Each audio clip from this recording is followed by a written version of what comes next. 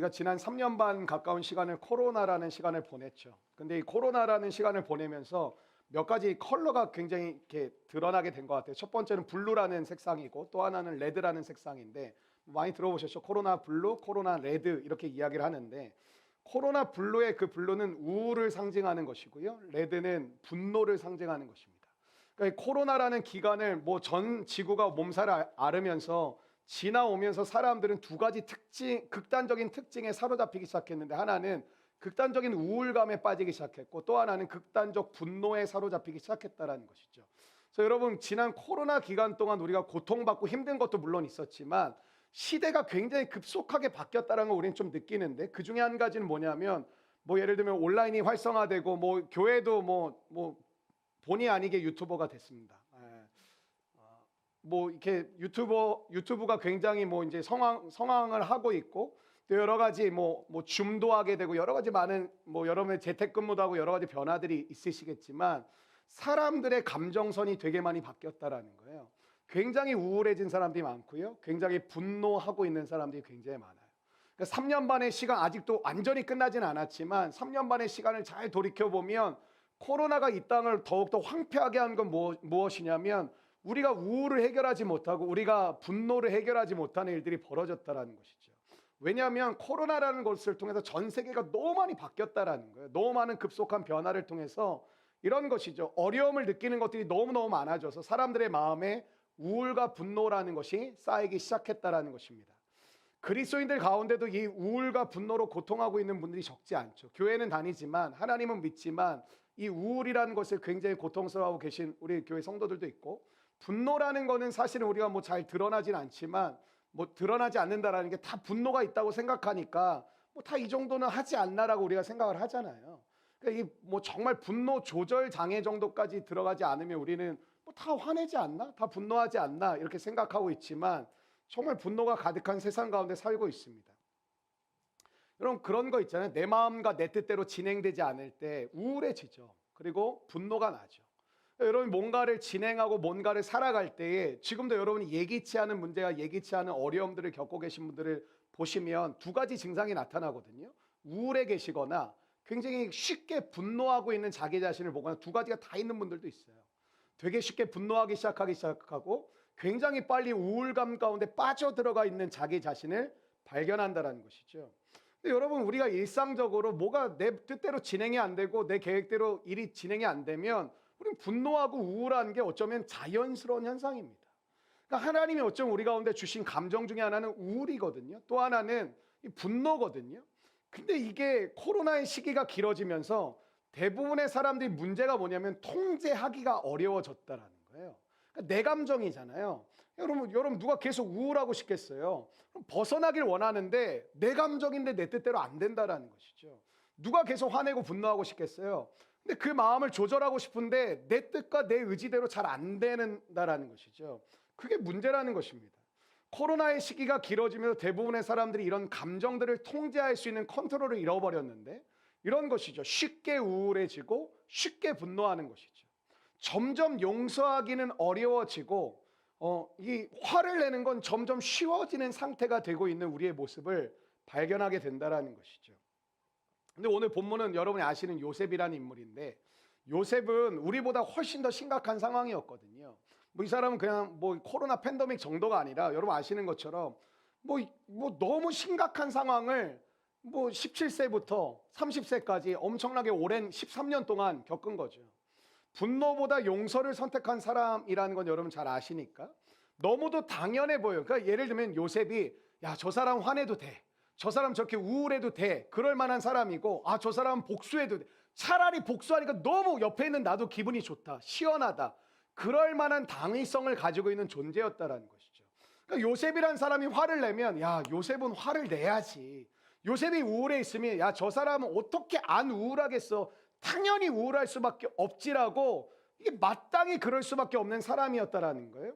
근데 너무나도 당연해 보이는 분노와 그리고 복수와 우울감을 내려놓고 요셉은 용서와 용납을 실천했다라는 것이죠. 그러니까 여러분 요셉 하면 뭐가 제일 먼저 떠오르세요? 뭐 이거 아닐까? 애굽의 총리가 되었다. 이집트의 총리가 되었다. 뭐 그 우리가 제일 잘 알잖아요. 그래서 여러분 신학교 가면 제일 많은 이름 중에 하나가 요셉입니다. 요셉 뒤지게 많습니다. 제 기숙사 룸메이트도 동생이 요셉이었는데 전혀 요셉과 다르게 신실하지 않습니다. 너는 내가 봤을 때 골리앗이 어울리는데 왜 요셉으로, 아버지 목사님이시거든요. 물론 강원도에 있는 교회에서 굉장히 사역 잘하고 있는데 요셉, 다니엘 엄청 많거든요. 근데 여러분 이 요셉 하면 우리가 가장 먼저 떠오르는 게 애굽의 총리이기 때문에 아마 그런 걸 우리는 기대하는 것 같아요. 당시 가장 강력한 제국이던 이집트에서 총리가 되었어요. 히브리인 주제에. 그러니까 이거는 많은 그리스도인이 꿈꾸는 모습 아닙니까? 여러분 오늘도 직장 갔다 오시고 사업하고 오시고 뭐 준비하다 오시고 공부하다 오셨잖아요. 세상에서 성공하고 여러분의 실력을 인정받아 높은 자리에 서게 되고 영향력을 끼치는 삶, 그 그리스도인의 모습, 그 여러분이 소망하는 모습, 여러분의 원업이 아니겠습니까? 오늘도 여러분이 열심히 일하고 여러분 열심히 살아가는 이유 중에 하나가 뭐냐면 내가 세상에서 성공하고 내 실력을 인정받아 가지고 높은 자리에 설 뿐만 아니라 그곳에서 선한 영향력을 끼치는 삶을 살기를 원한다. 그게 우리가 요셉을 바라볼 때마다 꿈꾸는 것이죠. 하나님의 꿈을 꾸었을 뿐만 아니라 여러분 꿈을 꾼다라는 건 기대하세요. 환난과 어려움과 역경이 여러분에게 쏟아진다라는 거예요. 많은 사람들은 꿈을 꾸면 막 기대만 해요. 막 되게 좋아만 해요. 여러분 꿈을 꾼다라는 건 장애물과 방해가 계속 온다라는 것이거든요. 그렇기 때문에 꿈꾸는 사람은 많지만 꿈을 이룬 사람은 별로 없어요. 여러분 주위를 둘러보세요. 꿈꾸는 사람 되게 많아요. 그러니까 이런 거 꿈을 꾼다라는 게 꿈을 꾸고 가는 사람도 있지만 많은 꿈을 꾸다가 좌절과 절망 가운데 있는 사람도 되게 많아요. 꿈을 꿔본 거죠. 그러니까 여러분들 어떠세요? 여러분 지금 꿈을 꾸며 나아가고 계세요? 아니면 많은 꿈을 꿔봤지만 절망과 좌절 가운데 여러분 그냥 뭐 꿈 그거는 너무 어려운 거야. 난 너무 나한테 너무 뭐 이게 힘든 거야라고 그럼 어쩌면 좌절해 계시지 않습니까? 두려워하고 계시지 않습니까? 근데 이제는 설교를 들어도 가슴이 뛰질 않아요. 여러분의 마음이 무디어졌을 때가 언제냐면 교회 안 나갈 때가 아니라 하나님의 말씀을 듣는데도 가슴이 뛰지 않는 거예요. 그게 병든 거예요. 교회를 안 나오는 건 두 번째 문제고 여러분의 삶 가운데 하나님의 말씀이 들려지는데 마음이 움직여지지 않는 거예요. 여러분 은혜 받았을 때 어땠죠? 마음이 움직여지는 거, 가슴이 뜨거워지는 거. 나도 저렇게 살아야지. 맞아, 나도 저렇게 나아가야지. 여러분 안에 열정이 막 끓어오르는 것이죠. 그게 살아있는 것입니다. 오늘 이 밤 그 은혜가 여러분에게 다시 회복되기를 주의 이름으로 축원합니다. 여러분 꿈꾸고 그 꿈을 위해 요셉은 최선을 다했고 결국 그 꿈을 이룬 사람. 저는 여러분을 위해 기도할 때 제가 제일 많이 하는 기도 중에 하나가 뭐냐면 꿈만 꾸는 것이 아니라 꿈을 이루는 사람 되기라고 기도하거든요. 여러분 우리 공동체에는 꿈꾸고 있는 사람이 되게 많습니다. 근데 꿈을 이루는 사람은 별로 없습니다. 아니 뭐 다 모세야. 준비를 20년 30년 동안 하고 있어. 다 모세. 우리 교회는 거의 모세야. 여러분의 삶 가운데 하나님께 준비하는 이름으로 게을르게 사지 마십시오. 준비하는 미명 아래 여러분 멍 때리지 마십시오. 준비하는 미명 아래 여러분 패배자로 좌절감과 절망 가운데 쌓여 살면서 그냥 기도하고 있으니까 말씀 보고 있으니까 큐티하고 있으니까 괜찮다라고 여러분 스스로를 속이지 마십시오. 꿈꾸는 자는 나아가는 자거든요. 때로는 가만히 있는 것 같아요. 근데 그런 거 느껴보신 적 있으세요? 지나고 났더니 그 가만히 있었다고 생각하는 시간조차도 하나님이 나를 움직여 주신 시간이었다는 걸 우리는 느끼게 되는 것이죠. 그러니까 지나고 나서 봤더니 내가 정체되어 있었던 것이 아니라 그때 하나님은 나의 성품을 다듬어 가시고 하나님은 나의 내면을 새롭게 하시고 하나님은 나의 삶에 관계를 온전케 하시는 과정이었다는 걸 우리가 느낄 때가 되게 많잖아요. 여러분 하나님은 한순간도 쉬지 않으신 하나님이신 줄로 믿습니다. 저는 우리 교회도 마찬가지죠. 뭐 저 목사로서 되게 뭐 이렇게 불편한 이야기지만 많은 목사들이 꿈을 꾸지만 그 꿈을 향해 달려가는 사람은 별로 없습니다. 왜냐하면 현실이 만만치 않거든요. 여러분이 원래 이렇게 예배를 잘 드렸던 분들이 아니시거든요. 여러분이 이렇게 되기까지 저는 죽는 줄 알았거든요. 그리고 그렇게 돌아가면서 이렇게 자빠지세요? 한 번에 자빠지시던가? 좀 약속했으면 좋겠어요. 우리 이번 한 달 같이 자빠지자. 그리고 다음 달부터 같이 일어나자. 왜 이렇게 돌아가면서 그러세요? 뭐 이렇게 목사님을 우리는 어떻게 더 힘들게 할 수 있을까 이렇게 연구하시는 분들 같아요. 근데 목회도 마찬가지인 거예요. 다 꿈꾸고 신학교 가지. 여러분 신학교 간다는 것 자체가 대단한 거거든요. 모든 욕망과 욕심을 버린다는 게 말이 쉽지. 주님 바라보면서 어떠한 삶이 처해져도 나아가겠다.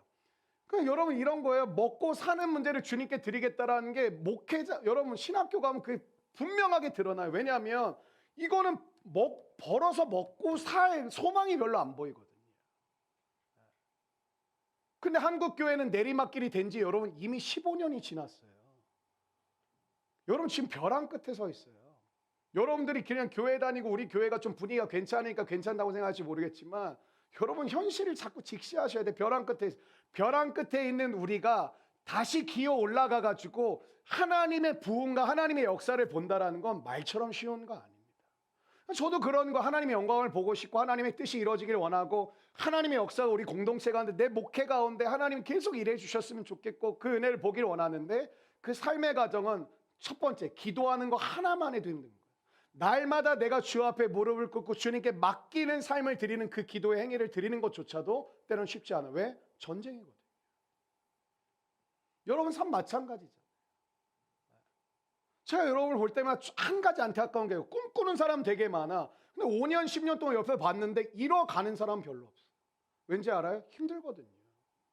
어렵거든요. 역경이 많거든요. 반대자가 많거든요. 여러분, 저는 요즘에 창세기를 개인적으로 연구하고 있거든요. 역대상화를 좀 하다가 요즘 창세기를 연구하고 있는데 꿈꾸고 나서 아브라함이 어떻게 됐죠?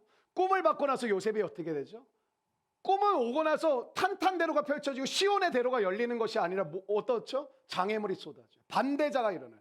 하나님이 제가 오늘 아침에 이제 큐티 요즘 화 있을진지 아주 그냥 아침부터 진짜 화 있을진지 계속 나오다가 저 이제 개인적으로 저도 통독을 하거든요. 저는 요즘 에스라를 읽고 있는데 에스라 선지자를 통해서 하나님께서 성전을 재건케 하는 일들을 나타내시잖아요.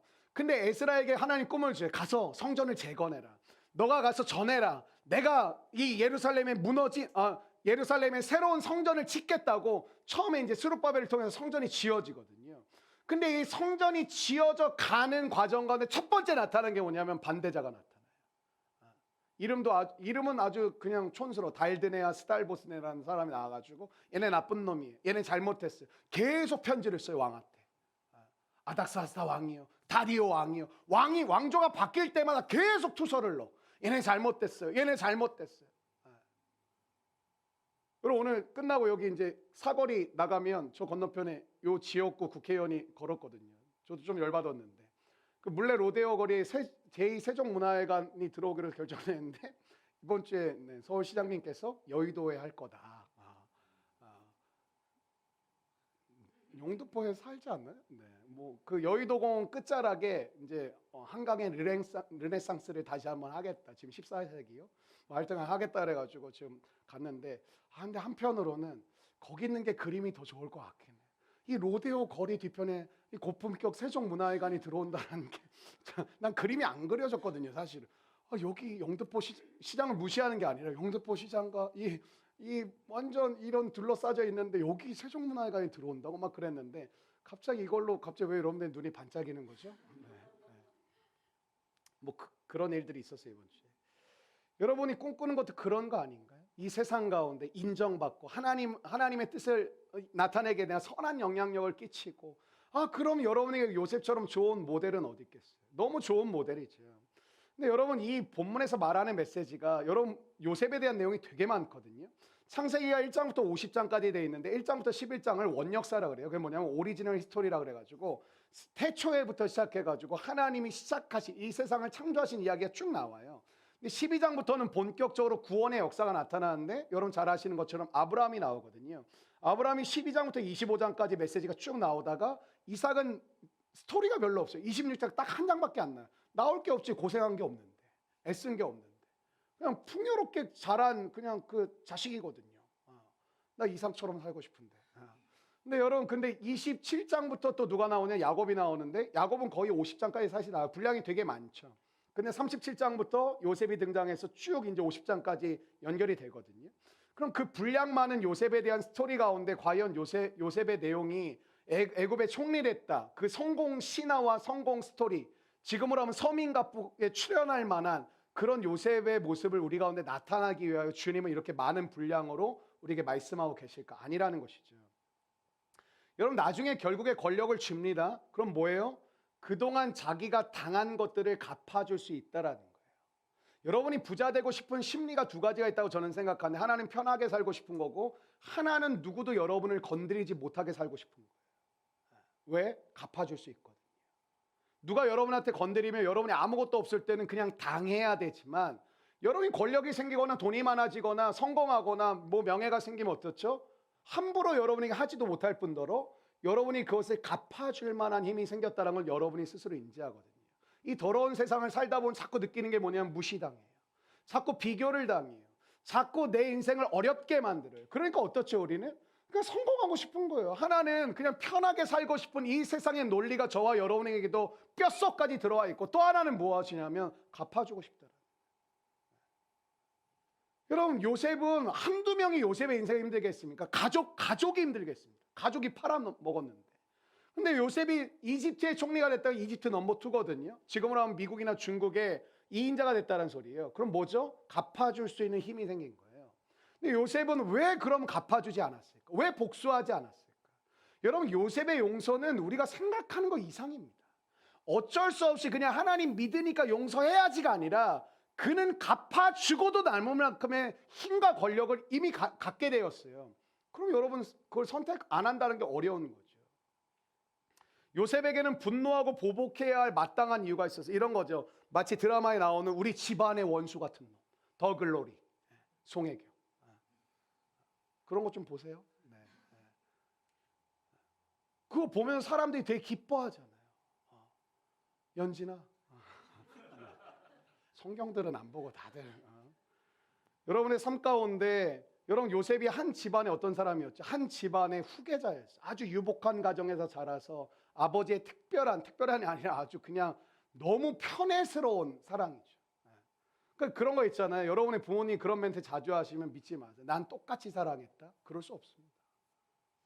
누가 사람을 똑같이 사랑합니까? 이런 거, 내가 해준 걸로 똑같다고 하면 똑같이 사랑을 해줬다고 생각하는 거, 그런 거 없어요. 저 여러분에게 말합니다. 저 여러분을 똑같이 사랑하지 않습니다. 더 사랑스러운 인간이 있습니다. 커피도 사주고 밥도 사주고 너무너무 사랑스럽습니다. 여러분의 삶 가운데는 어떤가요? 다 똑같이 사랑이 되시나요? 그렇지 않거든요. 아버지의 특별한 정말 편애스러운 사랑을 받는 후계자였어요. 그것도 11번째 아들이. 근데 여러분, 한순간에 인신매매 당해가지고 애굽의 종으로 팔려가거든요. 여러분 기억하세요? 한순간에 주님의 은혜 가운데도 들어갈 수 있지만 한순간에 넘어질 수도 있어요. 그래서 주님 뭐라 그래요? 날마다 깨어있으라는 거예요. 한순간에 하나님이 우리를 구원하시고 회복시키실 수도 있지만 한순간에 주님을 떠나고 완전히 우리의 삶이 죄악으로 무너질 수도 있어요. 저는 오늘 좋은 한순간이 여러분에게 임하기를 축원합니다. 여러분의 죄를 여러분이 판단하시죠. 난 이런 아픔이 있고 이런 상처가 있고 나 요즘 이렇게 어렵고 마음이 답답하고 하나님과 관계가 꽤 오랫동안 멀어졌으니까 아마 저는 회복되려면 오랜 시간이 필요하겠죠. 여러분이 의사예요? 요즘 의사들이 되게 힘든 거 아시죠? 진단을 환자가 해갖고 와가지고 이거 이렇게 해달라고 얘기를 했는데요. 제가 제 병 알거든요. 이거 이렇게 해주세요. 트레이너들도 힘들대. 내가 운동하는 거 아는데 나 그런 거 나랑 안 맞는다고. 내 몸을 내가 잘 아는데. 그럼 쥐가 하지 왜 그 PT를 받아? 여러분의 삶 가운데 이 요셉과 같은 일들이 우리 가운데도 벌어지는 것이죠. 종주제의 여주인의 성적인 유혹을 거부했어요. 누명을 쓰고 감옥에 갇혀요. 그러다 감옥에서 바로왕의 꿈을 해몽하는 기회를 얻었어요. 그러다 총리가 됐어요. 그리고 나중에 어떻게 되죠? 절대 권력을 쥐게 됩니다. 제가 요셉이라면 가장 먼저 나는 연진아 행복하니? 나도 이거 했을 것 같아. 일단 첫 번째, 일단 보디바 이 새끼 와 엎드려. 보디바 안에 빨리 와. 안 뛰어? 일단 둘을 난 죽였을 것 같아요. 그리고 술 맡은 관원장 어디 갔어? 너 나를 잊어? 2년 동안? 이 새끼? 난 그냥 안 죽일 거야 너는. 그럼 가나안으로 군대를 보냈겠죠. 거기 누가 있죠? 나를 팔아버린 형들. 거기 보내가지고 형들 끌고 오라고 하겠죠. 어떻게 하면 고통받을까? 난 그런 생각했을 것 같아요. 어떻게 하면 얘네가 더 고통받을까? 여러분, 이게 우리가 기대하는 결말인데 요셉은 허무하게도 모두를 용서합니다. 이게 오늘 설교 메시지 아니에요, 사실은. 여러분, 화나는 일이 많은 세상입니다. 여러분과 제가 화날 만한 일이 많은 세상이에요. 그 화를 쏟아내는 것이 여러분에게 정신건강에 좋다고 세상은 가르쳐주고 있죠. 화를 너가 담고 사는 그 멍청한 거야. 너만 손해야. 너가 야 상대방은 아무것도 몰라. 왜 너 혼자 스스로 힘들게 살아? 여러분 그런 메시지를 듣고 계시죠. 너에게 쌓여진 화를 쏟아내는 게 네 정신건강에 훨씬 이로와 훨씬 좋아. 괜히 너 힘들어가지고 괜히 네 멘탈 나가고 왜 네가 그 사람은 저렇게 잘 사는데 네가 이렇게 고통받고 살 이유가 뭐가 있니? 여러분 요셉의 인생은 억울함으로 가득합니다. 여러분들 중에 그런 분들 계시죠. 나는 참 억울함이 많은 것 같다. 총리가 된 요셉이 그 억울함을 풀 능력이 생겼어요. 근데 요셉은 그 능력으로 뭐예요? 복수하질 않아. 용서해버려요. 이게 놀라운 건데 그가 그렇게 분노를 용서로 풀어갈 수 있는 이유는 무엇일까? 요셉의 삶의 특징에 몇 가지 이게 단어가 있거든요. 저는 이래요. 여러분이 우리 교회 공동체 뭐 저에게는 양이고 성도인데 여러분을 볼 때마다 한 분 한 분에게 저는 단어가 있어요. 그러니까 키워드 같은 게 있거든요. 예를 들면 뭐 경세 형제를 본다. 말하진 않겠어요. 네. 키워드가 있어요. 왜 웃으시죠? 좋은 건데. 당신들이 생각하는 거 뭐죠? 일단 좀 만나봐. 근데 요셉의 삶 가운데 이런 거 있잖아요. 요셉을 보면 신실하다. 그리고 뭐 이렇게 되게 열심히 한다. 근데 여러분 요셉의 삶의 특징이 여러 가지가 있지만 요셉을 표현하는 하나의 단어는 제가 찾은 단어가 하나 있는데 이거예요. 한번 따라해 주시겠어요? 울다. 요셉은 이 인생의 과도기마다 뭐 하냐면 울어요. 여러분 눈물 흘리는 거는 여러분의 감정선이 건강하다라는 것입니다. 여러분 눈물을 흘리지 않는 게 여러분이 대단한 게 아니라 눈물을 흘리는 것이 여러분의 삶 가운데 축복입니다. 저는 여러분의 삶에 메마른 눈물이 있다면 회복되시기를 주의 이름으로 축원합니다. 그럼 요셉이 4번을 울거든요. 이게 키워드라면 한번 우리가 찾아봐야 되겠죠. 요셉이 어느 포인트마다 울었는지 4번의 포인트가 나오는데 여러분의 인생도요 날마다 이게 사건이 일어나는 게 아니에요. 인생에는 분기점을 잘 지나가야 되는 게 되게 중요해요.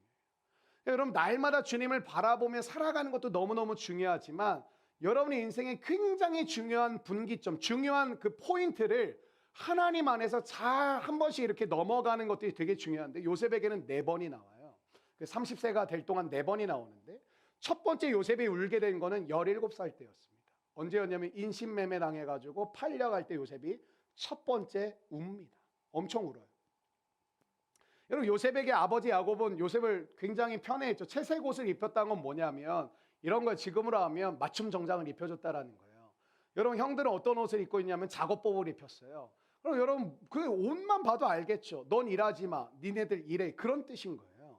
여러분 채색 옷이라는 것은 노동에 적합하지 않아요. 왜냐하면 이게 옷이 길고 술이 넓은 옷이기 때문에 여러분 그거 갖고 누가 어떻게 일할 수 있겠어요. 예를 들면 여러분 월요일날 출근했는데 여러분 회사의 직원 중에 한 명이 그 한복 입고 왔어.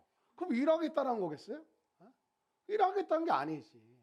근데 이 당시에 이제 뭐 맞춤 정장을 딱 입혀주고 나머지는 작업복을 입혔으니 딱 눈으로 보기에도 아는 거죠. 형들은 열이 받는 거죠. 아버지가 이러는 거예요. 말한 적은 없어요. 너 일하지 마 이렇게 말한 적은 없지만 옷으로 메시지를 주는 거죠. 넌 일하지 마. 나머지 11놈들 니네 일해. 그걸 옷으로 했으니 얼마나 그들의 마음이 자존감이 떨어졌겠어요. 얼마나 자신감이 막 상실됐겠어요. 여러분 하루는 아버지가 형들 그러니까 나가지고 이 11번째 아들놈은 집에서 땡자땡자 하고 있고 형들 나가가지고 양을 치고 있었거든. 목축업하는 이 집안이었으니까. 근데 이제 풀을 먹여야 되니까 어디로 갔냐면 세겜이란 땅에 갔어요. 거기 목초지가 많았는데 세겜으로 갔는데 아버지 저희들 양 먹여 오겠습니다 갔어요. 근데 그때는 당일치기로 갔다 오는 경우도 있지만 가서 며칠 동안 양을 풍성하게 먹이고 돌아오는 개념도 있었어요. 형들이 세겜으로 가가지고 목축 이제 양을 치고 있었는데 아버지가 이제 요셉을 부르는 거죠. 요셉 오라고. 형들한테 한번 좀 가봐라. 형들이 양 잘 치고 있는지 뭐 감시를 시킨 건지 뭘 시킨 건지 뭘 모르겠는데 하여튼 보냈어요. 형들 보고 오라고. 세겜까지 이제 요셉이 갔죠. 갔는데 안 보이는 거예요. 안 보이면 집에 와가지고 이 요셉의 성향상 아버지 형들 없습니다. 어디 튄 것 같습니다. 이렇게 고자질을 해야 될 것 같은데 요셉에게는 신실함도 있었거든요. 성실함도 있었거든요. 요셉이 그 주변의 사람들에게 묻는 거죠. 여기 이렇게 생긴 놈들 어디 갔냐 그랬더니 걔네들이 도단이라는 곳에 간다 그러더라. 근데 아마 여러분이 묵상하고 설교를 들을 때 아마 이렇게 들으시고 요셉이 너무 인테그리티라는 단어를 많이 설교를 들으셨죠. 인테그리티라는 단어를 사실은 한글로 번역하기가 너무 어렵거든요. 신실한 플러스 성실한 플러스 충성된 플러스 뭐 그런 게 이게 인테그리티예요. 그래 요셉은 신실했습니다. 여러분 하나님 앞에 신실하셔야 됩니다. 아마 그런 메시지를 들으셨을 텐데 이게 잘못된 거 아닌데 여러분 왜 도단이라는 곳에 갔다라는 것도 메시지가 있어요 사실은. 여러분 그 당시에 도단이라는 이 지명이 말하는 예를 들면 이런 거 있잖아요. 홍대가 이 드러내는 이미지가 있고 연남동 하면 떠오르는 이미지 있고 물레하면 떠오르는 게 뭐죠? 조이풀. 이 물레동에 사는 인간이 이상한 대답을 하고 있어. 굉장히 요즘 깨어 있는 것 같아요. 네. 그러니까 이게 동네마다 여러분들이 떠오르는 어떤 이미지들이 있잖아요. 지금 이 밤에 강남 뭐 하면 뭐 압구정 하면 뭐 예를 들면 뭐 도곡동 하면 또 부자 동네 뭐 이촌동 뭐 저기 옛날에는 전화를 그렇게 받았잖아요. 성북동입니다. 누가 동네를 알려달라 그랬어? 성북동이 잘 사는 동네라는 거죠. 뭐 잘 산다기보다 부자 동네라는 거죠. 평창동입니다. 여러분도 하세요. 물레동입니다. 상대방이 웃을 거예요. 그러니까 우리의 삶 가운데 도단이라는 그 도시가 주는 메시지가 있었는데 뭐냐? 환락의 중심지였어요. 그 당시. 지금으로 하면 지금 홍대 클럽거리 같은 동네. 양치로 갔던 놈들이 어딜 갔냐면 도단이라는 곳에 가고 요셉은 듣자마자 여러분 똑같이 해석이 돼야 돼요. 도단? 도단은 왜 가? 양을 치는데? 지금 여러분 이런 거예요. 양 10마리 정도 데리고 홍대 가는 거예요. 클럽에. 왜 왔냐 할 때 양치러 왔습니다. 이게 이상한 거잖아요. 그러니까 이게 환락의 중심지였던 도단에 갔다라는 것 자체가 뭔가 이상한 거죠. 내가 봤을 땐 도단에 가서 요셉이 가지 않았을까도 싶어요. 사실은. 내 예측은. 근데 어쨌든 요셉이 신실하게 도단에 갑니다. 도단에 갔는데 여러분 아버지의 심부름을 완수하기 위해 도단까지 가서 형들을 찾아내요. 기어코. 얼마나 형들은 꼴배기가 싫었을까요? 이게 화근이 되거든. 저 멀리서 어디서 많이 본 놈이 오는데 채색 옷을 본 요셉이 우리 여기 환락의 중심지에서 이렇게 부비부비하고 있는데 오고 있는 거예요. 그 모습을 보고 형들이 얼마나 놀랬겠어. 얼마나 두려웠겠어 사실. 그 재수 없어서 동생을 죽이고자도 했지만 어떤 메시지도 있는 거냐면 그들의 죄악을 들통난 거예요. 그들의 부끄러움이 드러나 버린 거예요. 어떻죠? 여러분의 부끄러움을 알게 된 사람을 보면 여러분 첫 번째는 두렵기도 하지만 그 사람은 미워요. 불안하니까 말하지 않을까? 얘가 말하고 다니지 않을까? 얘가 남들한테 가서 소문내지 않을까? 얘가 또 뭐 나한테 안 좋은 얘기하고 다니지 않을까라는 두려움이 우리 가운데 오거든요. 형들이 보자마자 어땠죠? 분노가 폭발하기 시작하는 것이죠. 요셉을 잡아가지고 옷을 벗기고 구덩이에 쳐넣습니다. 그 다음에 처음엔 요셉을 죽이는 데까지 생각을 하는 거예요. 근데 하필 그 시간에 애굽으로 노예를 팔러가는 이스마엘 상인들을 만나는 것이죠. 형들은 돈을 벌고자 동생을 노예로 팔아버립니다. 여러분 요셉은 하루아침에 풍요로운 유목민의 이게 뭐죠? 그 후계자에서 애굽으로 팔려가는 노예 신세가 됐으니 이 갭이 얼마나 큰 거예요. 아버지의 모든 유산을 다 받고 이 집안의 정말 11번째 아들로 태어나서 이 장자의 역할을 하는 건 불가능한 일이거든요. 근데 갑자기 하루아침에 애굽으로 팔려가는 노예가 된다. 여러분 돈이 여러분을 못 지켜요. 성공이 여러분을 못 지켜요. 하나님이 그 위에 계시거든요. 여러분 하루아침에 망해라 이런 말을 저주의 메시지를 붙는 게 아니에요. 여러분이 의지하는 게 여러분의 삶을 지켜주지 못해요. 여러분이 신뢰하는 게 여러분의 삶을 영원히 붙잡아주지 못해요. 그럼 여러분의 삶에 오늘도 왜 마음은 흔들리고 있을까요? 왜 오늘도 여러분의 마음은 갈등이 더 많을까요? 불안함이 더 많을까요? 고통이 더 많을까요? 왜 좌절에 한번 빠지면 일어나지 못할까요? 두려움에 한번 사로잡히면 왜 정신을 못 차릴까요?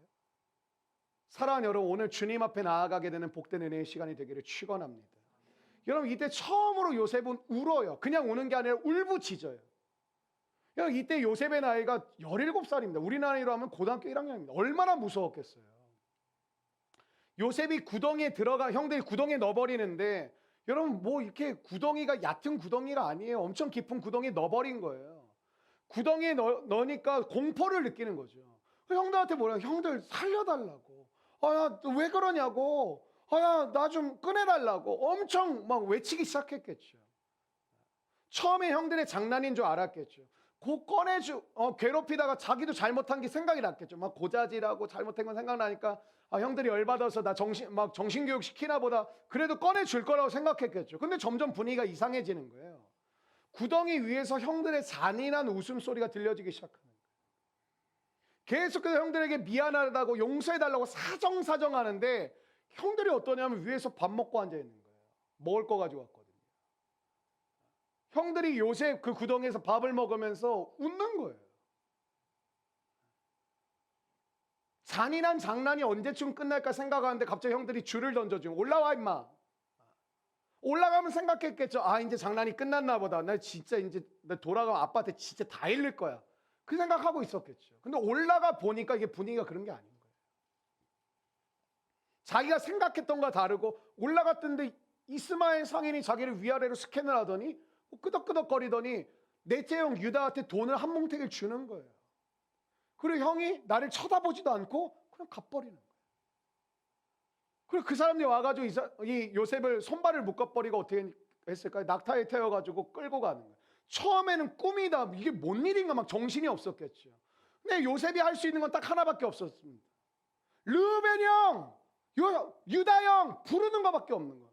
나 살려줘. 나 왜 그래? 나 잘못했어. 나 한 번만 도와줘. 나 안 할게. 형들과 점점 멀어지고 있는데 형들은 오히려 잔인하게 웃고 있는 소리가 들릴 때마다 요셉은 엄청나게 충격을 받았겠죠. 17살입니다. 낙타에 얹어 노예로 팔려가면서 요셉이 처음 그때 웁니다. 엄청난 죽음의 공포가 있었겠죠. 형들은 요셉을 외면했어요. 그리고 요셉은 울기 시작해요. 여러분 두 번째 요셉은 언제 우냐면 첫 번째가 17살이라면 두 번째는 27살에 옵니다. 애굽으로 팔려온 요셉은 떠오르는 수많은 생각 때문에 죽고 싶었습니다. 여러분 과거의 상처가 무서운 게 뭔지 아세요? 오늘 여러분의 삶을 죽여요. 과거에 여러분 아픔이 해결이 안 되면 뭐가 문제인지 아세요? 오늘 여러분의 삶을 메마르게 해요. 하나님의 치유하심이 임하기를 축원합니다. 자신을 판 형들의 웃음소리가 귓가를 떠나지 않는 것이죠. 항상 자기 편이던 아버지 야곱이 너무 그리운 것이요. 익숙한 모든 것과 헤어졌습니다. 고등학교 1학년 17살에. 외국으로 팔려온 17살짜리 노예의 일상은 참혹함 그 자체였겠죠. 몇 번이나 죽어야겠다고 마음을 먹었는데 왜인지 그렇게 할 수 없는 자기 자신을 발견하게 되는 거예요. 그러면서 여러분 결국에는 뭐냐면 여러분 안에 어떤 메시지가 남아있냐가 되게 중요한 거거든요. 오늘 여러분에게는 여러 가지 메시지가 있습니다. 성공, 신화가 여러분에게 들려지는 분들이 되게 많고 돈에 대한 또 갈급함이 여러분 안에 채워져 있는 분들도 계시고 또 어떤 분들은 하나님의 말씀으로 채워져 있는 분들도 계신 거죠. 요셉의 삶 가운데는 여러분 패닉에 빠지면 뭐가 기억에 나겠습니까? 근데 요셉의 삶 가운데 그 시간들을 보내가는데 수면 위로 떠오르는 한 가지의 메시지와 이야기가 있는 거예요. 갑자기 떠오르고 생각나는 이야기가 있는데 그 이야기는 아버지 야곱에게 너무나도 반복해서 너무나도 여러 번 들은 이야기였습니다. 여러분이 모태신앙이고 여러분의 가정이 믿음의 가정으로 자라온 게 별거 아닌 것 같은데 만약에 여러분의 부모님들이 똑같은 메시지를 여러분의 귀에 못이 박히도록 했다면 그게 어쩌면 여러분의 삶을 지켜준 걸 수도 있어요. 기도해야 된다. 예배 드려야 된다. 예배 빠지면 너 죽는다. 말씀 봐야 된다. 한국 교회가 그렇게 안 했기 때문에 말씀을 가르쳐준 부모는 거의 없어요. 그냥 체험 위주의 이야기를 해줄 뿐인 거지. 율법적인 이야기를 해줄 뿐. 근데 그럼에도 불구하고 여러분의 삶 가운데 예배 꼭 드려야 된다. 예배가 너의 삶에 가장 중요하다. 하나님이 너의 삶의 주인이시다. 예수 믿고 구원받아야 된다는 메시지를 계속 들은 것이 여러분 안 믿는 가정에서 자란 것과 다른 것이 크지 않은데 그게 되게 큽니다. 여러분 안에 남겨지는 거죠. 그러니까 이런 거예요. 되게 찝찝해서 교회 다니는 사람 의외로 되게 많아요. 하나님이 후려 치실까 봐. 교회 안 가면 다리몽댕이 분질러 버릴까 봐. 뭐 사업하면 망하게 하고 취업 못하게 하고 막 잘못된 건데 그런 줄 알고 그냥 찝찝하게 그냥 교회는 계속 나오는 사람들이 있어요. 근데 그게 무서운 거예요. 그러면서 말씀 들을 기회는 또 얻게 되는 것이죠. 예배 드릴 기회는 또 얻게 되는 거예요. 여러분 그 이야기는 뭐냐면 이런 거였어요. 우리 가나안에 살고 있는 우리 족속과 가나안에 살고 있는 다른 족속과 우리 집안은 다르다. 우리에게는 여호와 하나님이란 분이 우리를 다스리시고 통치하시고 우리를 갈대아 우르라는 곳에서 부르셔서 우리가 지금 이곳까지 이사 오게 되었다. 그리고 하나님이 우리를 이끌어 가신다.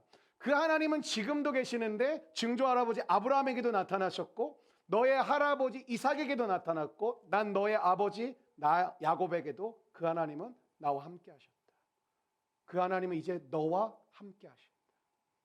그 메시지가 들어오지 않았거든요. 왜냐하면 부잣집 아들로 그냥 편안하게 지내는데 뭐 하나님이 뭐가 필요해. 아빠만 있으면 되지. 아빠만 장수해가지고 오래 살아주면 땡큐지. 지금 자기 상황을 보면 전혀 믿어지지 않는 거야. 하나님이 나와 함께 하신다? 근데 나는 왜 노예로 팔려?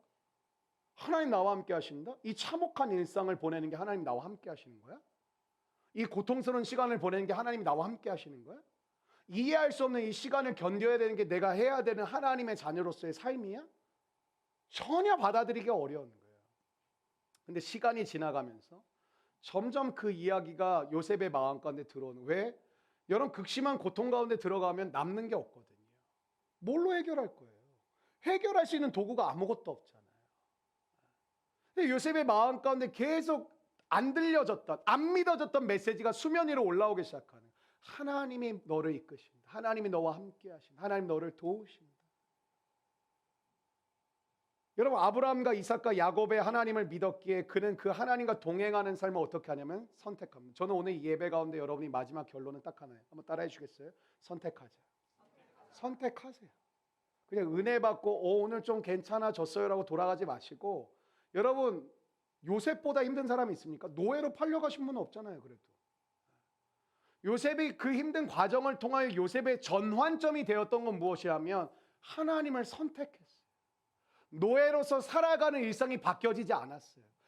극적인 기적이 나타나지 않았어요.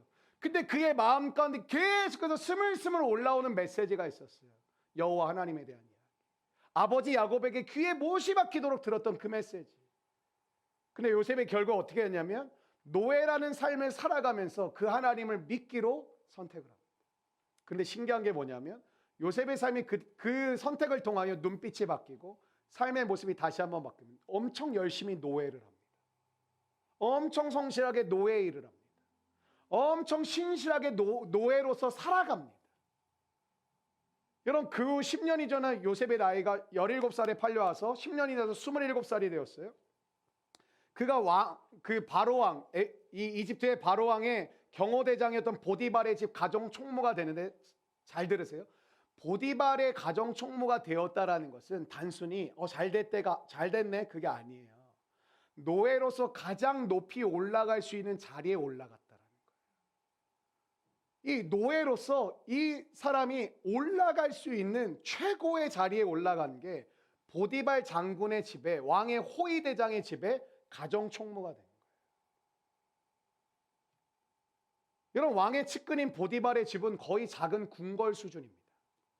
그 집에 얼마나 많은 노예가 있었을까요? 뭐 여러분 영화 같은 거 봐도 그 당시 시대를 그린 영화들, 뭐 글래디에이터 같은 거 보면 그 노예들이 싸우는 거잖아요. 귀족들이 보면서 죽이는 거 보면서 막 카타르시스를 느끼고, 지금 우리로 하면 UFC 이런 거죠. 터지는 거 보면, 터지는 거 보면서 너무 희열을 느끼는 거죠. 내가 누굴 때릴 수는 없는데 누가 누굴 때리는 걸 보면 너무 기쁜 것이죠. 우린 그걸 스포츠라고 했는데 그게 글래디에이터예요. 옛날엔 진짜 죽였어요. 여러분 사람이 사람을 치면서 돈을 벌고 사람이 사람을 치면서 우리는 그걸 보면서 열광을 해요. 우와 한 방에 죽었어, 한 방에 다운됐어. 되게 즐거워요. 자매들 UFC 사랑하는 사람들 멀리하세요. 그래 얘기해줘. 회개하라, 천국에 가까이 왔다. 여러분 27살의 청년 요셉에게 완전 출세가 된 거죠. 노예로서 가장 높은 자리에 올라갔어요. 거기까지 좋았겠죠. 하나님을 선택했더니 내가 노예인데 하나님 내 길을 여시고 만남의 축복을 주시고, 감히 보디발 장군의 집에 나를 가정 총무로, 난 아무런 인맥도 없고 아무런 것도 없는데 나를 여기까지 인도하시다니 진짜 하나님 선택하길 내가 너무나도 잘했다. 근데 그것도 잠깐이었어요.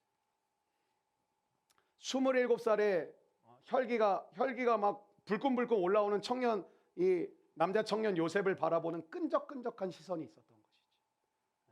바로 보디발의 아내였습니다. 노망난 아줌마. 여주인이 요셉과 성적인 일탈을 계획하기 시작하는데, 이 여자가 어느 정도였냐면, 여러분 남편이 왕의 호위대장이면 눈치가 백단이에요. 왕의 모든 거 재반상, 경호대장이거든요. 그럼 자기가 모시는 VIP가 어떤지를 잘 알아야 되잖아요. 그러니까 여러분 사람 보는 관점과 이 시야가 엄청나게 탁월한 사람, 눈치가 엄청 빠른 사람이죠. 근데 그 남편 몰래 바람을 피려고 하니 얼마나 쉽지 않겠어요. 엄청 치밀하게 이 여자가 뭐 ESTJ일 수도 있는데 J 성향이 강할 수도 있는데 엄청 웃으라고 하는 말이에요. 네. 뭐 이렇게 심각하게 피일 수도 있잖아요. 뭐 이렇게 자꾸 이상한 생각하지 마시고 여러분의 삶 가운데 똑같은 거예요. 이 사람이 엄청 치밀하고 치명적인 유혹으로 찾아오는 거예요. 여러분 사단도 여러분을 우습게 보지 않을 때가 있어요. 여러분의 믿음이 너무너무 좋을 때. 그럼 사단도 치밀하게 준비해요. 여러분이 우스울 때는 그냥 툭툭 던져요. 근데 여러분이 만만치가 않으면 사단도 아주 치밀하게 준비해요. 여러분을 넘어뜨리려고.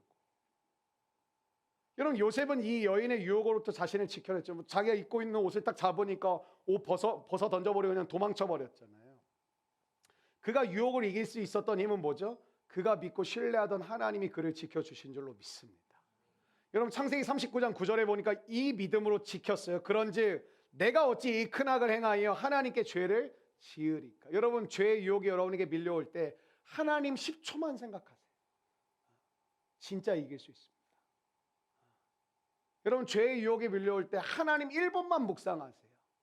여러분 쉽게 무너졌던 여러분이 쉽게 무너지지 않습니다. 그냥 쉽게 자빠졌던 여러분이 쉽게 자빠지지 않습니다. 여러분의 죄의 유혹이 막 밀려올 때 그 죄를 바라보지 마시고 여러분과 동행하시는 하나님을 바라보십시오. 죄를 이길 수 있는 능력이 주님으로부터 오음을 여러분이 경험하게 되실 줄로 믿습니다. 하나님의 눈앞에서 죄를 지을 수 없다는 거죠. 코람데오. 주님이 나를 보신다. 코람데오는 카카오 프로필에 올리라는 단어가 아니에요. 하나님 앞에서는 라틴어잖아요. 코람데오. In front of God. 하나님이 나를 보고 계셔서 나는 죄를 지을 수 없다. 그게 요셉의 믿음의 실존이었어요. 여러분의 믿음의 실존은 무엇입니까? 하나님 앞에서 살고 계시잖아요.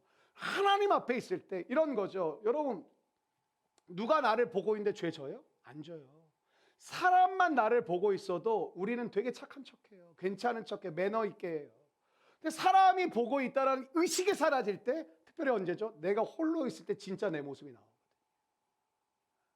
여러분 하나님 앞에서 그 은혜가 오늘 저와 여러분을 덮어주실 줄로 믿습니다.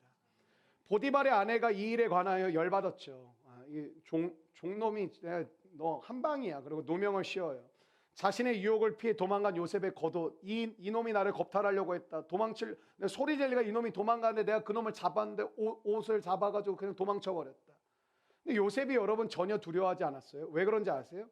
사람들이 자신을 믿어줄 거라고 생각했어요. 평상시 믿음으로 살아가면 여러분에게 뭐가 주어지는지 아세요? 한번 따라해 주시면 좋겠어요. 강하고 담대함.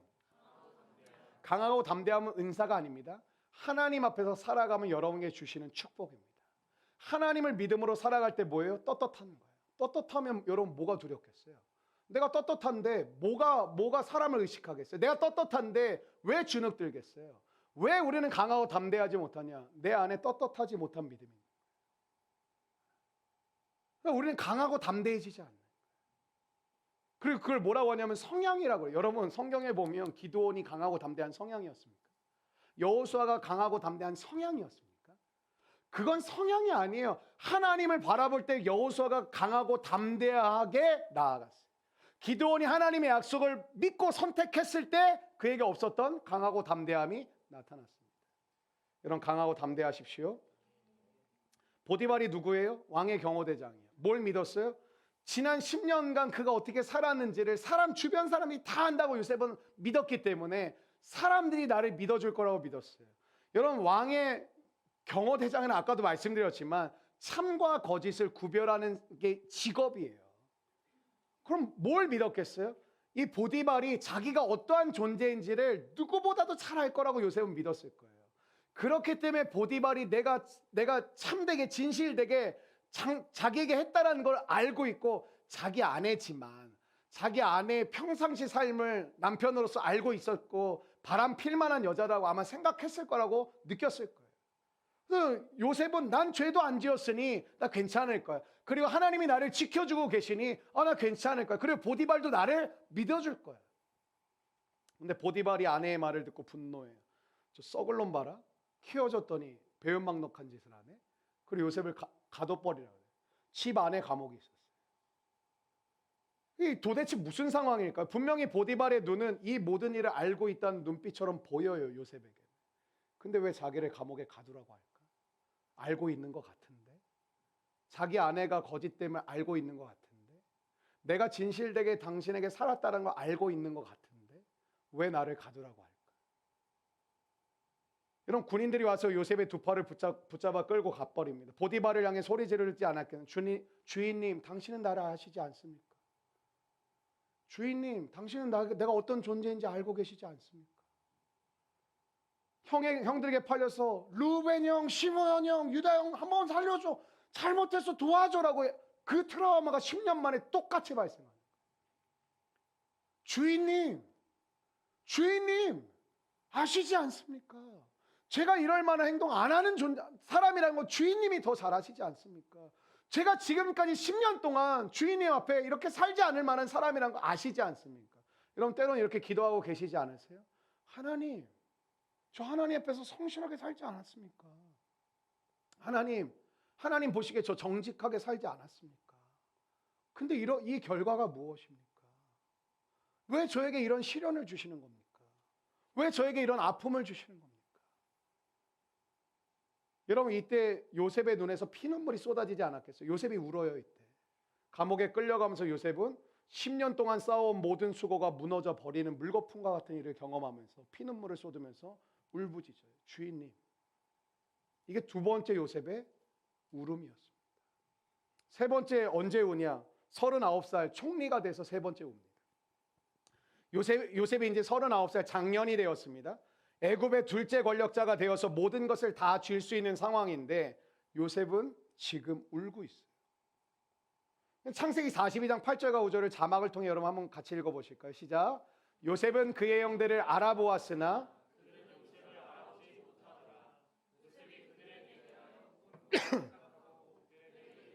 너희는 정탐꾼들이라 이 나라의 틈을 엿보려고. 여러분 이 요셉을 제외한 11아들과 야곱이 살던 가나안 지역에 기근이 오죠. 먹을 게 하나도 없어서 창고에 비축했던 양식을 다 먹어버렸어요. 다 먹고 이제 뭐 중내 만에 이러고 있으니까 어떻게 했죠? 소문을 듣는 거죠. 이집트에 먹을 게 있다다. 똑같아. 이집트는 항상 먹을 게 있었어요. 아브라함 지난주 설교 때도 아브라함이 또 기근 맞으니까 갔었잖아요. 이집트에 먹을 게 있다더라. 그래 아버지 야곱이 11아들 불러가지고 갔다 오라는 거예요. 야 이러다 다 죽겠다 그냥. 빨리 가서 돈 가져가서 곡식 좀 사와라 하고 보냅니다. 근데 이때 누구를 만나게 되냐면 요셉을 만나게 돼요. 근데 여러분 이해가 잘 안 되시지 않으세요? 아무리 동생을 20년 만에 만난다고 해도 아무리 20년 만에 만나도 그 요셉을 만났는데 동생인 줄 몰랐을까? 정말 이게 성경이 맞는 이야기일까? 그렇게 생각이 드실지 모르겠지만 그 당시 문화를 이해하면 이해가 되실 거예요. 왜냐하면 이집트에는 뭐가 발달했냐면 화장술이 엄청 발달했어요. 여러분 제가 여기 가부키 화장하고 있다고 생각해 보세요. 그 경극 막 이렇게 헷갈리실걸요? 그거 뭐죠? 가면 쓰고 하고 노래 부르는 거? TV에? 복면가. 예수님의 12제자는? 할렐루야. 네. 복면가왕 같은 거죠. 그 화장을 어마어마하게 했기 때문에 요셉을 알아보지 못해. 두 번째는 뭐냐면 요셉이 통역을 일부러 세웠어요. 형들이 요셉은 알아보고 통역을 세웠기 때문에 거리가 멀었어요. 그리고 여러분 그 당시 이집트의 총리를 쳐다본다는 건 굉장히 쉽지 않은 일이에요. 근데 요셉이 왜 울었을까? 창세기 42장 23절 24절 같이 읽겠습니다. 시작. 그들 사이에 통역을 세웠으므로 그들은 요셉이 듣는 줄을 알지 못하였더라. 요셉이 그들을 떠나가서 울고 다시 돌아와서 그들과 말하다가 그들 중에서 시므온을.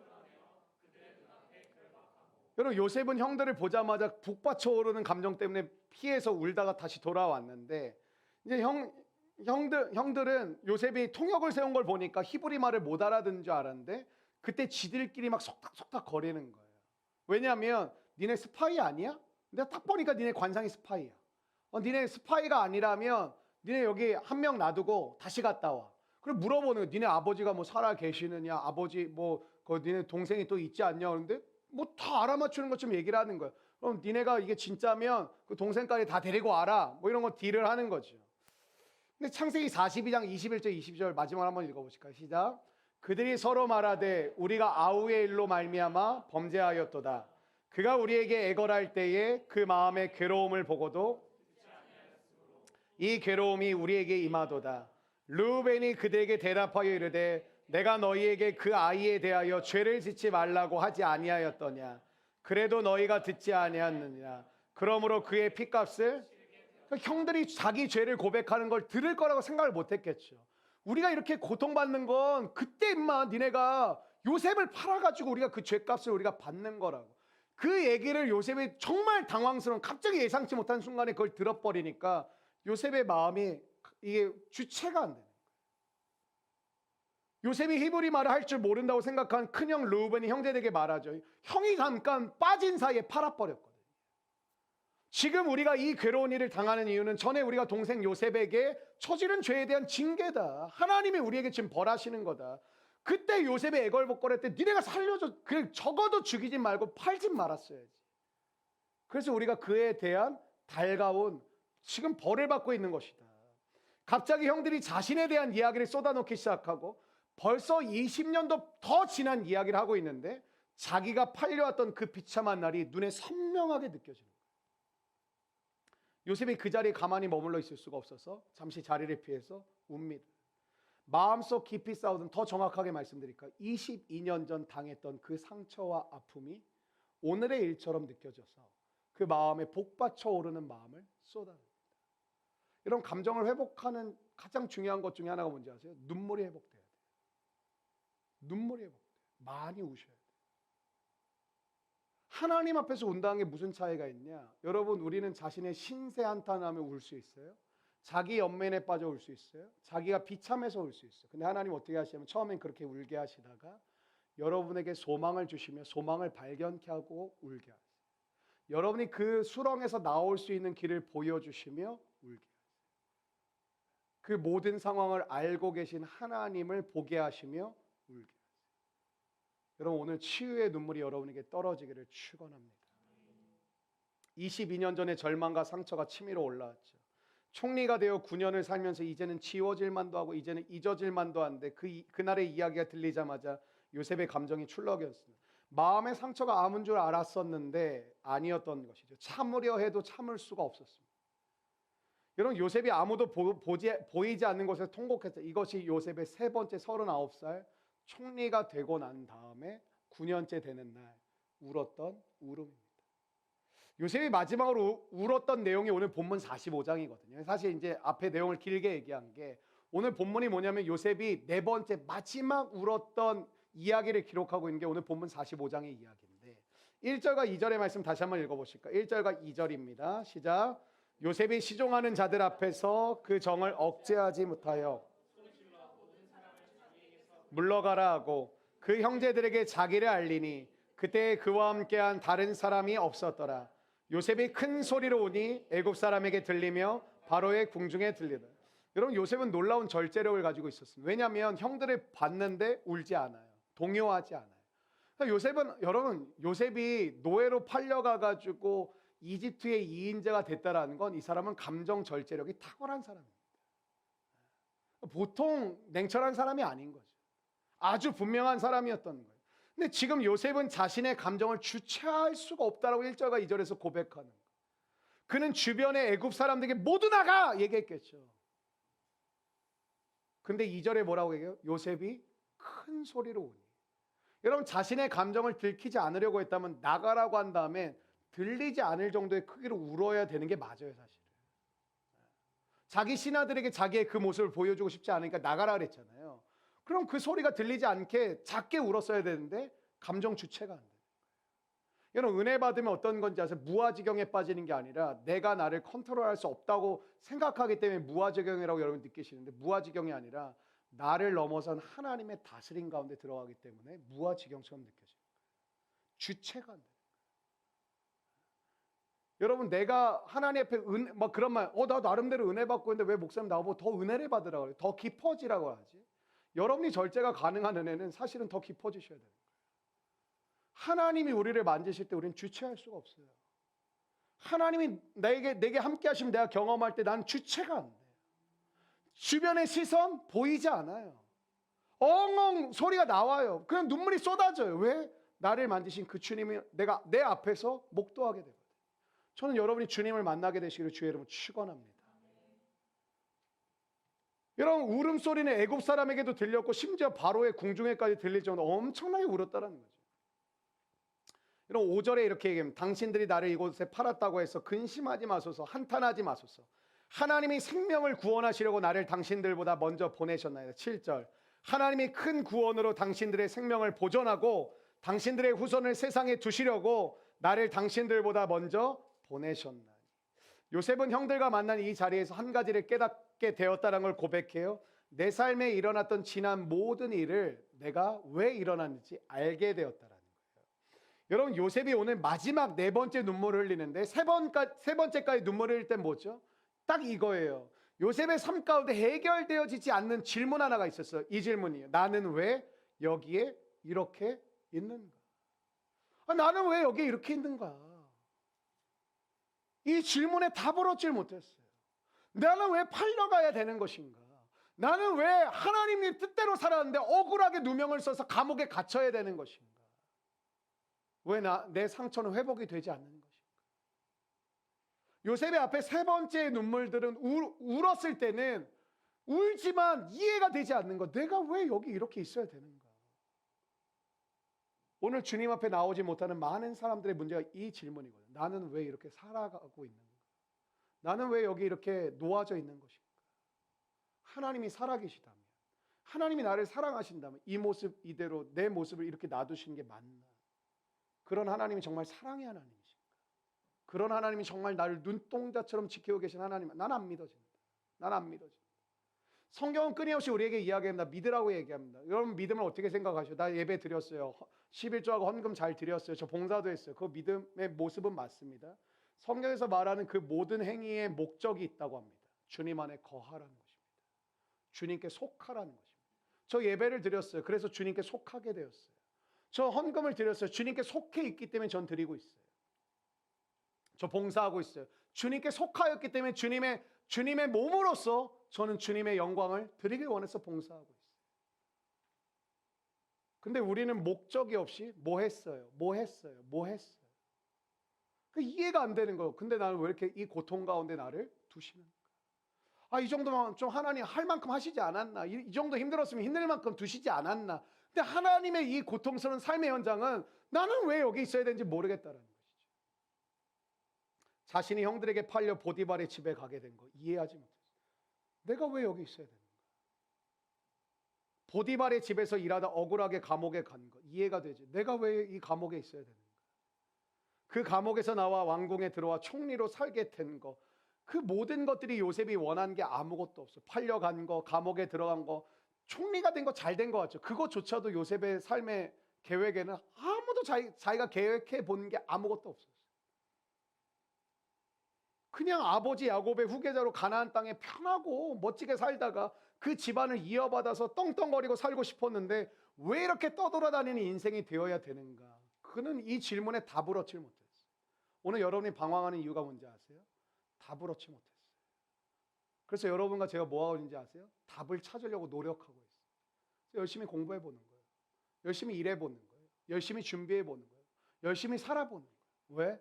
내 삶에 내가 왜 살아가는지, 내가 왜 존재하는지, 내가 왜 이 고통을 겪어야 되는지, 내가 왜 이 삶에 이곳에 놓여져 있는지를 우리는 본능적으로 인간은 그 답을 얻고 싶고, 그게 요셉의 삶 가운데도 동일하게 있었어요.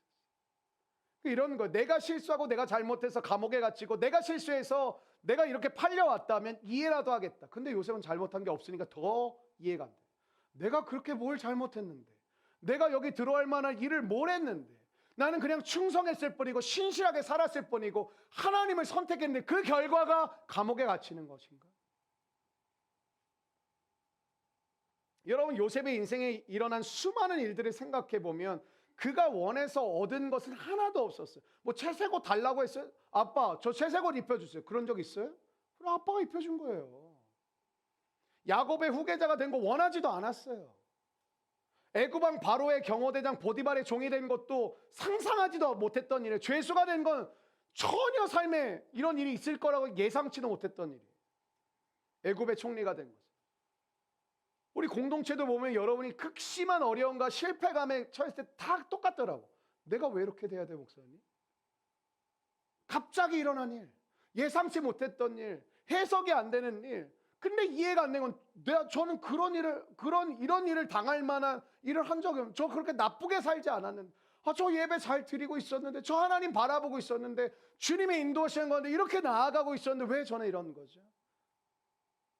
요셉은 이 분야의 끝판왕이에요. 말로 할 수 없어요. 오늘도 여러분 왜 힘들죠? 이해가 안 돼서. 왜 어렵죠? 왜 우거지상이죠?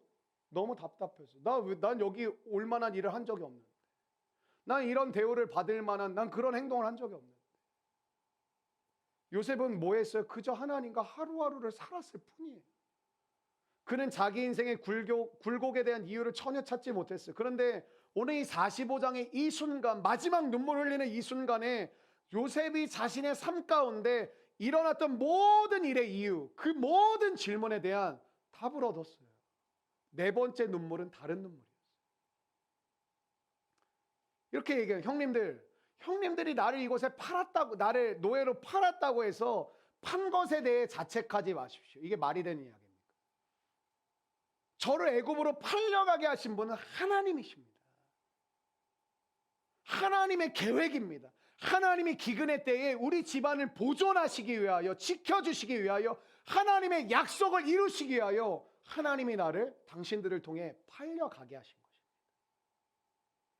이제까지 제 삶에 일어난 모든 일, 그리고 심지어 형님들이 나를 팔았던 그 악한 일들까지도 하나님의 계획 안에 일어난 일입니다. 이제야 저는 제가 여기 왜 이 모양으로 있어야 되는지 알겠습니다. 여러분 진짜 예수님 믿음 무서운 게 뭔지 아세요? 하나님 안에서 일어나는 선한 일뿐만 아니라 때로는 우리 눈에 보기에는 악한 일조차도 감당해내기 때문에 그 하나님의 선하신 계획 가운데 있음을 믿기에 우린 다른 거예요.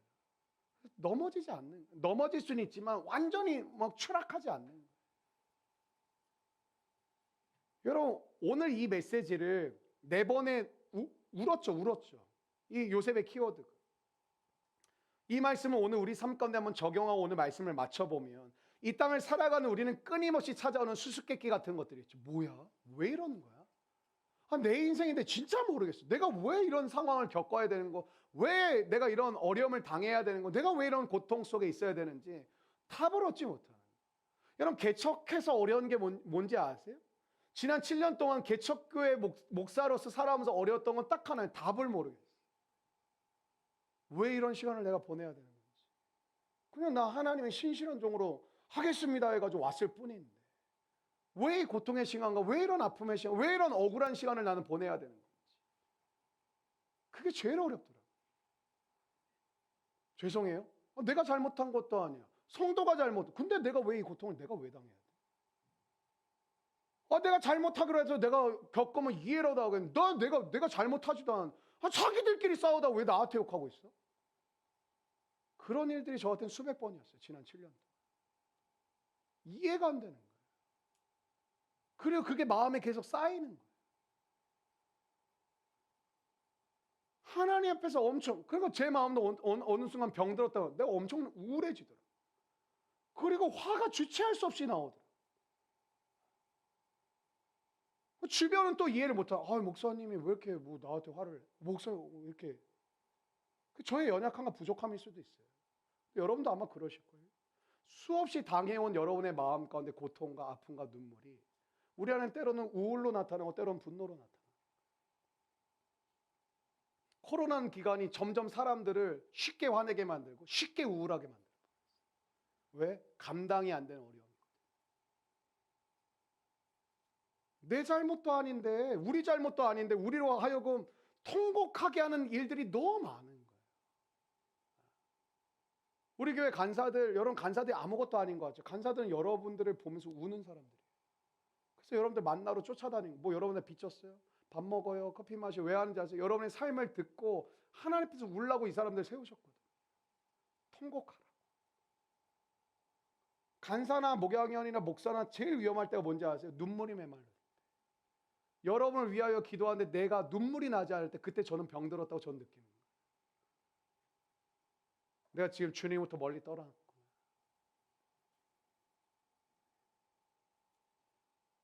여러분, 우리가 믿어야 하는 게 뭐냐면 이거예요. 이 모든 의문이, 여러분의 질문이 해결될 날이 반드시 찾아올 줄로 믿습니다. 이 믿음을 회복하셔야 돼요. 내가 겪고 있는, 내가 잘못한 것도 아니고, 세상이 이런데 뭐 어때요? 뭐 코로나를 내가 만든 것도 아니고, 내 뜻대로 내가 그걸 원한 것도 아닌데 나보고 어쩌라는 거야. 그런 일들이 너무나도 많이 일어나고 있는 시대예요. 여러분, 요셉에게는 17살 때 대성통곡을 했어요. 27살 때 완전 떠나가라 울었어요. 39살 때 총리가 돼서도 울었어요. 그리고 네 번째 오늘 45장에서 또 한 번 울어요. 근데 오늘 45장의 눈물은 의미가 달라요. 그 모든 눈물과 울게 된 그 이유를 내가 이제야 알게 되었다. 무려 22년 만에. 안 믿고 싶죠? 22년이요? 여러분, 시간은 그냥 다 똑같이 지나가요. 22년 동안 주 안에 거하면 그래도 하나님이 지켜주신 은혜 가운데 노예로 사는데도 열심히 살자. 하나님의 일하심이 있잖아요. 근데 여러분, 하나님 떠나면 어떻게 하는지 알아요? 여러분, 그냥 그 수렁에서 사는 거예요. 사람들 직장 가고 사업하고 뭐 할 땐 그냥 이렇게 정상적으로 사는 것 같아. 근데 자기의 내면은 완전히 무너져 있는 거예요. 왜 그런지 아세요? 해결책이 없거든요. 그 술에 손을 대는 거예요. 게임 한번 하면 미친 듯이 하는 거예요. 넷플릭스 한번 틀면 그냥 시체처럼 누워서 하루 종일 그냥 보는 거예요. 왜 그런지 아세요? 그게 여러분의 힐링이어서가 되는 게 아니에요. 해결책이 없어요. 그거라도 안 하면 미쳐버릴 것 같은데. 계속 생각이 되뇌어지는데 이거라도 멍 때리고 보고 술이라도 마셔서 다 잊어버리고 잠깐이라도 잊어버리고 그래야 내가 살만하니까. 우리는 그 행동을 계속 반복하게 돼요. 그래서 이 시대의 특징이 뭐죠? 중독. 한두 명이 중독이 아니에요. 4명 중 1명이 폰 중독이래. 25%. 그거 아시죠? 핸드폰 가져가면 싸워요. 요즘 애들 핸드폰 선생님 가져가면 싸워요. 주세요! 안 바꿔요. 아니, 안 바꾸면 가져가도 되잖아. 그게 있어야 마음이 편한 거예요. 여러분, 요셉은 그날의 이전에 울던 것과 비교할 수 없는 오늘 눈물은 어떤 눈물일까요? 기쁨의 눈물이겠죠. 감격의 눈물이겠죠. 그리고 그는 하나님을 찬양하며 통곡했어요. 그의 인생에 있던 울었던 모든 기억들의 의미가 오늘 해석되었던 날이기 때문에 그게 오늘 5절과 7절이었어요. 하나님이 나를 이곳에 먼저 보내시느냐고. 왜냐하면 하나님의 약속을 받은 우리는 특별한 가정이고 하나님의 자녀이기 때문에 우리를 이 기근의 때에 지켜주시려고 하나님이 나를 대표로 뽑으셔가지고 나에게 이런 환난의 과정을, 그래서 형들이 그냥 나를 팔 수밖에 없었다고. 자신의 인생을 향한 하나님의 계획을 알게 되었기에 할 수 있었던 용서입니다. 여러분, 왜 우리는 용서가 안 될까요? 이해가 안 되는 거예요. 납득이 안 되는 거예요. 한번 따라해 주시겠어요? 우리는 세상과 같이 반응할 수 없습니다. 분노하고 원망하고 복수하기를 선택할 수 없습니다. 왜일까요? 이거 하나를 오늘 우리가 붙드는 거예요. 정말 이해되어지지 않고 너무나도 왜 이런지 모르는 삶의 시간들을 여러분 보내고 계시죠. 저도 그렇거든요. 근데 이 시간 속에 이런 거예요. 모든 것들이 하나님의 크신 계획 아래 있음을 믿을 때 선한 일도 때로는 악한 일들까지도 때로는 해석이 안 되고 이해가 안 되고 내가 무슨 잘못이 있어? 내가 아무것도 한 거 없는데.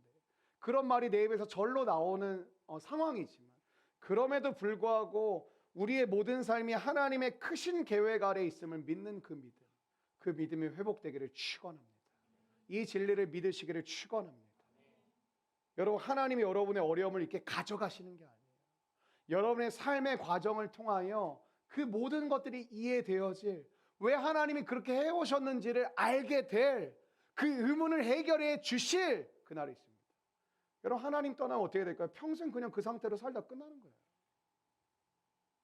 하나님 믿어도 안 되네. 아마 그럴 거예요. 어떤 분에게는 22년이라는 시간처럼, 어떤 분에게는 몇 개월이, 어떤 분에게는 몇 날이, 어떤 분에게는 몇 년이 아마 굉장히 괴로우실 거예요. 여러분, 하나님 안 믿는다고 인생 안 괴롭나요? 다 괴로워요. 인생 자체가 괴로워요. 왠지 아세요? 죄악된 세상 가운데 살거든요. 자기중심성, 개인주의, 이기주의가 그냥 기본 사상으로 살고 있는 이 시대 가운데 행복할 거라고 생각하세요? 너무너무 즐겁기만 할 것 같으세요? 너무너무 뭐 기쁘기만 할 것 같으세요? 여러분, 어려움과 장애물은 기본이에요. 그냥 갈등과 상처와 아픔 없을 거라고 생각하세요? 하나님의 일을 하기로 결정하니까 뭐예요? 에스라에 보니까 바로 대적이 나타. 거기 나와요. 대적이라는 표현이 나와요. 대적이 일어나. 근데 어떻게 하는지 쫓아다니면서 괴롭혀. 바울이 이동해서 마을을 이동해서 쫓아와가지고 괴롭혀. 이고니오로 갔더니 이고니오로 쫓아와. 루스드라 갔더니 루스드라로 쫓아와. 아, 여기서 괴롭히다가 난 떠나니까 끝나는 줄 알았는데 쫓아오면서 괴롭혀. 그게 우리의 삶이라니까요.